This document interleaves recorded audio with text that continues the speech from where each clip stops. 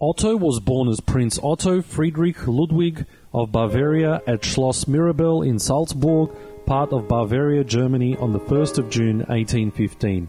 He became the first king of the newly created Greece in 1832 as a result of the London Conference. He was the second son of King Ludwig I of Bavaria and Therese of Saxe-Hildburghausen, and was selected to lead the newly created throne, Kingdom of Greece, when he was 17 years old.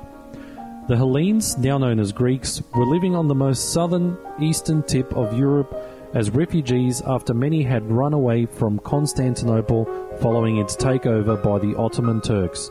In Constantinople, the Hellenes were given a choice to convert to Islam and mix with the Ottomans or leave.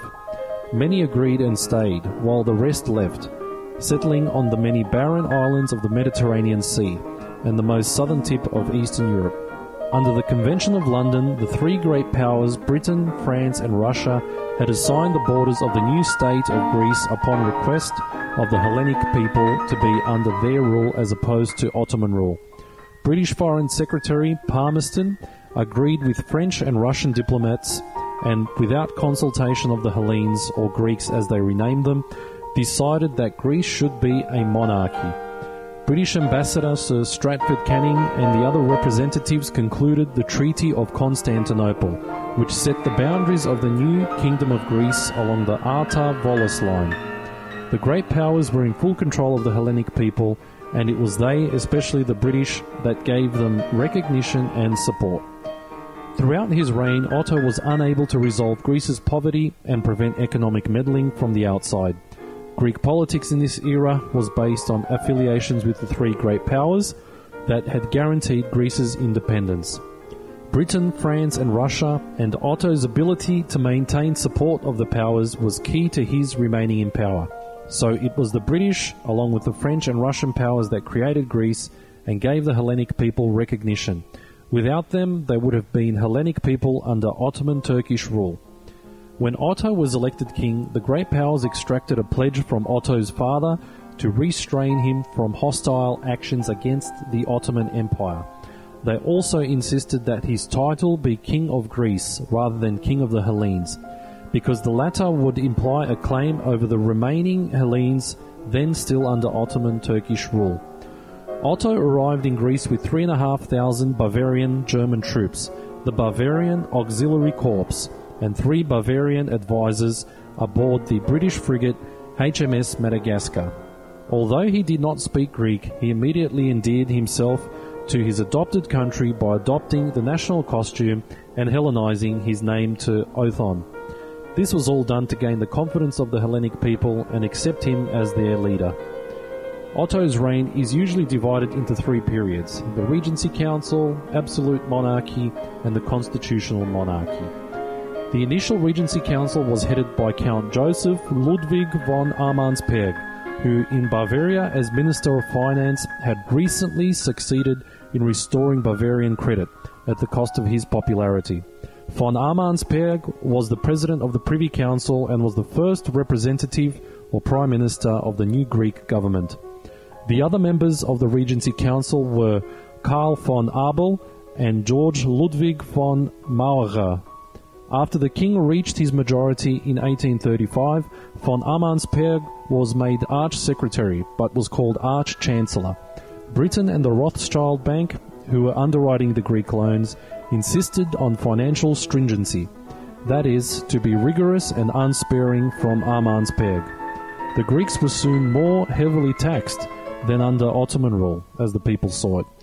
They had exchanged a hated Ottoman rule for government by a foreign bureaucracy who were taxing them even more. In addition, the Regency showed little respect for local customs. As a Roman Catholic, Otto himself was viewed as a heretic by many Greeks.